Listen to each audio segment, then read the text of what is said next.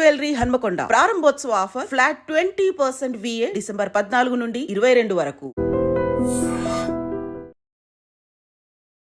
సంధ్యా theatre దగ్గర జరిగిన తొక్కిసలాటలో చనిపోయిన రేవతి ఇన్సిడెంట్తో రకరకాల కథనాలు తెరమీదికి వస్తున్నాయి. ముఖ్యంగా పిల్లల పెంపకానికి సంబంధించి ఎంతవరకు పిల్లల్ని గారాబం చేయాలి, ఎంతవరకు వారు అడిగినవి మనం చేయాలి అనే దాని మీద కూడా ఇప్పుడు చర్చ నడుస్తోంది. ముఖ్యంగా పిల్లలకు బొమ్మలు ఇవ్వాలే కానీ మనమే వారి చేతుల్లో కీలు బొమ్మలు కాకూడదని చాలామంది చెబుతూ ఉన్నారు.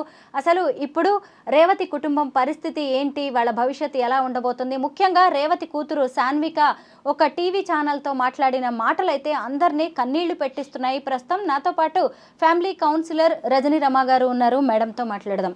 మేడం నమస్తే. నమస్తే. మీరు కూడా విన్నారు కదా ఆ పాప మాట్లాడుతుంటే, నిజంగా ఎంత బాధగా అనిపించిందో. అమ్మ ఊరెళ్ళింది, ఇక ఎప్పటికీ రాదు, ఇంకా నేను అన్నయ్యే స్కూల్కి వెళ్ళాలి, ఇప్పుడు అన్నయ్య హాస్పిటల్లో ఉన్నాడు అని చెప్పి ఇక మేము అమ్మ చెప్పినట్టుగానే వినాలి అని ఆ పాప చెప్తుంటే ఎంత బాధగా అనిపించిందో. నెక్స్ట్ ఇప్పుడు ఈ ఫ్యామిలీ పరిస్థితి ఏంటి, వాళ్ళ భవిష్యత్తు ఎలా ఉంటుందంటారు? వీళ్ళు ఇప్పట్లో కోలుకోలేరండి పాపం. ఎందుకంటే అప్పుడు ఆ బాబు హాస్పిటల్లో కోమా స్టేజ్లో ఉన్నాడని వింటున్నాం. దేవుడి దయ వల్ల ఆ బాబు త్వరలోనే కోలుకుని బయటకు రావాలని నేను ఆ భగవంతుడిని కోరుకుంటున్నాను. ఇప్పుడు ఆ తండ్రి పరిస్థితి చూడండి. ఇప్పుడు భార్య పోయింది, చిన్న చిన్న పిల్లల్ని, ఒక బాబు ఏమో హాస్పిటల్లో, పాప ఏమో ఈ పరిస్థితులు. ఇప్పుడు ఆ బాబు తోడు ఉంటే ఈ పాప కొంచెం బాగానే ఉండేది. ఆ ఉన్న ఇద్దరిలో బాబు హాస్పిటల్లో ఉన్నాడు, ఆ వయసుకి తోడు లేదు చూడండి. ఇప్పుడు ఇంట్లో ఇద్దరు రోజు ఏదో ఒకటి మాట్లాడుకుంటూ ఉంటారు కదా, అన్నయ్య అని చెల్లి అని, ప్రతిదీ కలిసి ఆడుకోవటం, కలిసి మాట్లాడుకోవటం అనేది ఉంటుంది. తల్లి ఉన్నా అందరూ మాట్లాడుకుంటారు. ఇప్పుడు తల్లి అసలే లేదు, అన్నేమో హాస్పిటల్లో ఉన్నాడు. ఆ చిన్న మనసుకి ఎవరితో మాట్లాడాలి, ఎవరితో మనం బాధని షేర్ చేసుకోవాలి, అసలు ఈ బాధ తీరేదా? వాళ్ళ అమ్మ చూడండి ఊరెళ్ళిందని అనుకుంటుంది, ఇంకా వస్తుంది ఇంకా వస్తుందని ఎన్ని రోజులు ఎదురు చూస్తుంది. ఏదో ఒక రోజుకి ఇంట్లో ఆ పిల్ల పెద్దగా ఏడవటం జరుగుతుంది, వీళ్ళు సమాధానం చెప్పలేని స్థితి వస్తుంది. ఈ సిచ్యువేషన్లో తండ్రి పరిస్థితి ఏంటో చూడండి. ఇప్పుడు రెగ్యులర్గా ఈ పాపకి చూడవలసిన విషయాలన్నీ ఇంట్లో ఎవరు చూస్తున్నారో మనకి తెలీదు. చాలా అంటే చాలా కష్ట సమయంలో ఉన్నారు వాళ్ళు. అసలు ఇదంతా కూడా ఎక్కడ వచ్చిందంటే పేరెంట్స్కి హద్దు ఆపు లేదండి, ఏది కూడా కంట్రోల్ లేదు. సినిమాలు అనేవి అసలు ఎప్పుడు చూడాలి, ఎలా చూడాలి, ఇది ఏమీ లేదు అసలు. సినిమా మూవీ ఈరోజు రిలీజ్ అయింది, వెళ్దాము అనే కాన్సెప్ట్ కూడా కాదు అక్కడ. ప్రీ రిలీజ్, ప్రీ మూవీ, ఎందుకు దానికి వెళ్ళాలి? ఇది అందరూ అంటున్నారు, మనం మళ్ళీ ఇంకోసారి అనుకుంటున్నాం. అంత అవసరమైన చిన్న చిన్న పిల్లలకి మీరు అన్నారు బొమ్మలు కొనివ్వాలే కానీ మనం కీలు బొమ్మ అవ్వకూడదు అని. ఇప్పుడు ఆ బాబుకి ఫస్ట్ షో నీకు చూపిస్తాను అని వాగ్దానం ఇచ్చేంత వయసులో ఉన్నాడా, లేకపోతే అంత పెద్ద విషయం ఏమైనా జరిగిపోతుందా అక్కడ? మీరు అటువంటి వాగ్దానం ఎందుకు చేయాలి పిల్లలకి? సినిమాలంటే ఏంటో తెలియని వయసు పిల్లలకి ఫస్ట్ షో చూపిస్తానని చెప్పి వాగ్దానం చేయడం ఏంటి? అంటే మీరు ఎంత ఇన్వాల్వ్ అయి ఉన్నారు ఆ సినిమాల్లో, మీరెంత సినిమా పిచ్చిలో ఉన్నారు, అసలు మీరు ఎంత మెచ్యూరిటీ లేకుండా ఉన్నారు కదా. పిల్లలకి నేర్పాల్సిన పేరెంట్స్ మీరు, మీకే మెచ్యూరిటీ లెవెల్స్ లేవు. మేడం ఇక్కడ రేవతి ఇన్సిడెంట్లో మనం విధిరాత గురించి మాట్లాడుకోవాలి. సరిగ్గా 9 నెలల క్రితం భర్తకు అనారోగ్యం వస్తే ఆ అమ్మాయి తన లివర్ ఇచ్చింది. అంటే ఆయన లివర్ చెడిపోవడంతో తన లివర్ దానం చేసి భర్తను కాపాడుకుంది. ఇప్పుడు ఆమె ప్రాణాలు కోల్పోయింది. అంటే ఆమె చావు ముందు ముందు రాబోతుంది కాబట్టి ఆ భర్తని నిలబెట్టి ఆమె చనిపోయిందేమో అనేవాళ్ళు కూడా ఉన్నారు. అది విధి, అది కాలం, మనం చెప్పలేం. విధి ఎలా నడిపించాలో అలా నడిపిస్తూ ఉంటుందన్నమాట. దాని గురించి మనం ప్రత్యేకంగా ఏమీ చెప్పుకోలేం. అయితే కుటుంబం పట్ల ఆమెకున్న ప్రేమ బాధ్యత తెలియజేస్తుంది తన లివర్ని ఇవ్వడము అనేది. చాలామంది ఒక కిడ్నీ పోయింది అని ఏదైనా ఇలాంటి సందర్భాల్లో భార్యలు నేను ఇవ్వను అనే భార్యలు కూడా నేను చూశాను, చాలామంది ఉన్నారు. మరి అలాంటిది తిను ఇచ్చింది అని అంటే కుటుంబం పట్ల బాధ్యత, భర్త పట్ల ప్రేమ గౌరవం ఉన్నాయని తెలుస్తుంది. కానీ మరి అన్ని విషయాల్లో కూడా అలా అటువంటి బాధ్యత కలిగి ఉండాలి.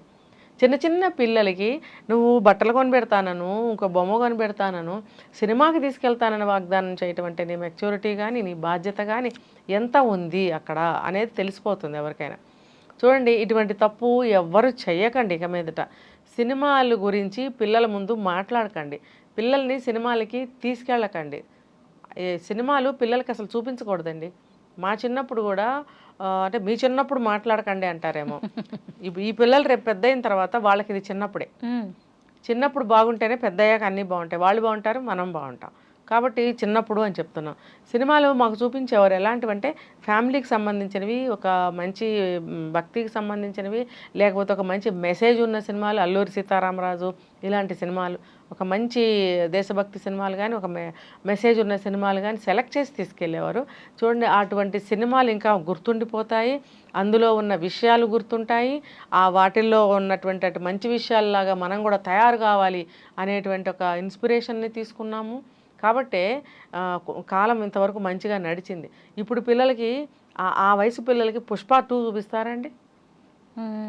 నిజంగా అసలు అంటే ఏంటో తెలుసా? సినిమా కాదు అన్నారు. తెలుసా అంటే ఏంటో తెలుసా? వాళ్ళకి స్మగ్లింగ్ అంటే ఏంటో తెలుసా? మరి అందులో చూపిస్తున్న ప్రతి ఒక్క విషయం వాళ్ళకి తెలుసా? ఎందుకు పరిచయం చేయాలి మనం వాళ్ళకి? వాళ్ళల్లో ఒక ఆ ధోరణులన్నీ మనం పెంచుతున్న వాళ్ళమే కదా. ఆ మూవీలో ఏమేమైతే ఏమంటారు, ఒక సీరియస్సే కానీ, ఒక ఏమంటారు వైలెన్స్ చూడండి ఎంత ఉందో.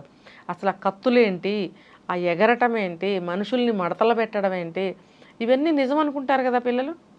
మరి అలాంటప్పుడు అదే రోల్ మోడల్గా తీసుకుని, అదే ఇన్స్పిరేషన్గా తీసుకుని ఆ మైండ్ అలా తయారవుతుంది. ఇప్పుడు చిన్న చిన్న పిల్లలు రేపులు చేస్తున్నారు, హత్యలు చేస్తున్నారు అని అంటే ఇన్ఫ్లుయెన్స్ ఇలా ఉండబట్టే కదండి.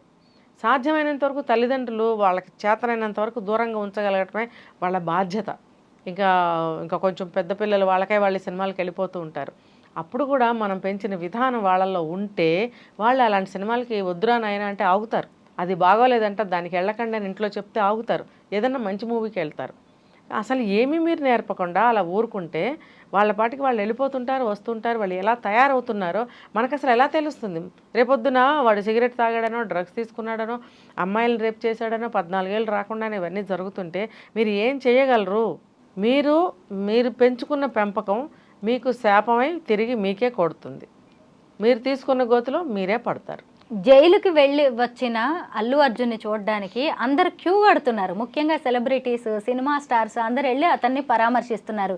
మరి రేవతి కుటుంబం సంగతి ఏంటి? ఎవరైనా ఇక్కడికి వస్తున్నారా, కనీసం అల్లు అర్జున్ అయినా వచ్చాడా అని చెప్పి నెటిజన్స్ చాలా కామెంట్ చేస్తున్నారు, ట్రోల్ చేస్తున్నారు. ఇప్పుడు అల్లు అర్జున్ వచ్చేసి మళ్ళీ పరామర్శించడం ఇవన్నీ అవసరం అంటారా అక్కడ?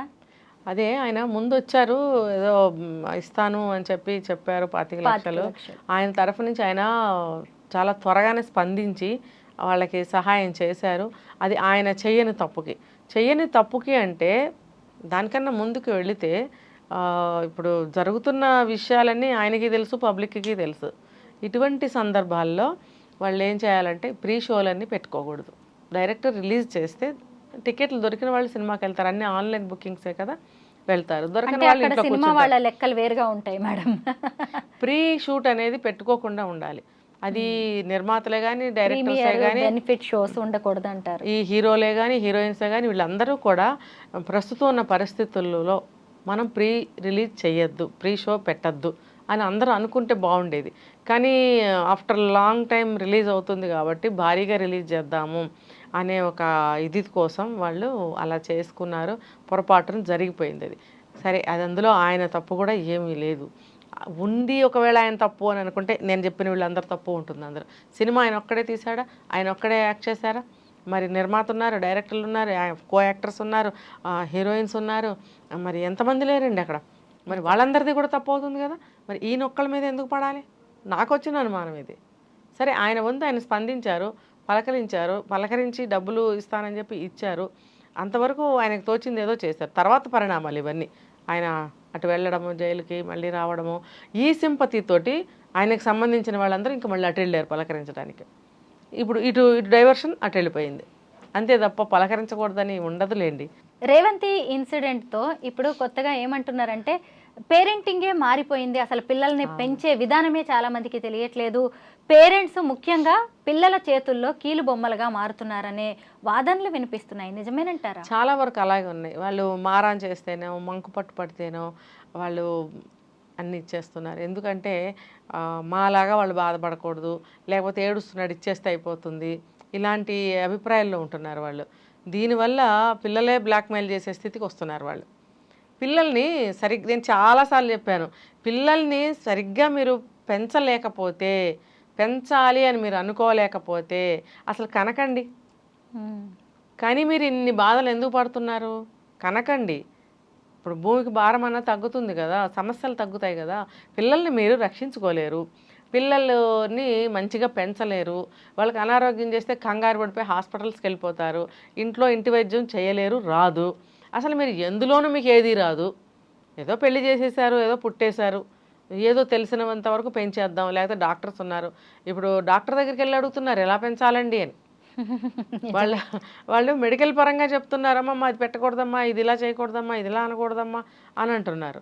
అదే కరెక్ట్ అనుకుని అలా పెంచుతున్నారు. అలా పెంచిన పిల్లలు మరి ఏ రకంగా తయారవుతారు? ఇంట్లో మనకంటూ ఒక పద్ధతి ఉంటుంది కదా, ఆ పద్ధతిలో పెంచాలనేది ఎవరు కూడా వినట్లేదు.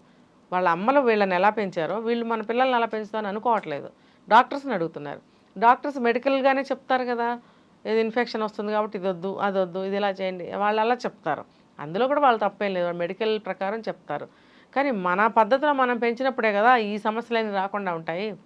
మరి అలాంటప్పుడు ఇవేవి చేతగానప్పుడు మీరు మహాప్రభు అంటారు కదా, మహాప్రభు మీరు కనకండి. మీకు వస్తేనే పెంచండి, పెంచగలిగితేనే కనండి. ఇదే నేను ప్రతిసారి ఇచ్చే సందేశం.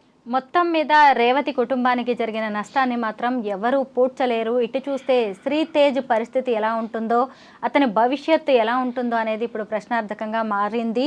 పిల్లల్ని పెంచడం మీకు ఇబ్బంది అయితే రాకపోతే మీరు మాత్రం ఖచ్చితంగా పిల్లల్ని కనొద్దు అంటున్నారు లైఫ్ కోచ్ రజనీ రమ గారు. Madam, thank you.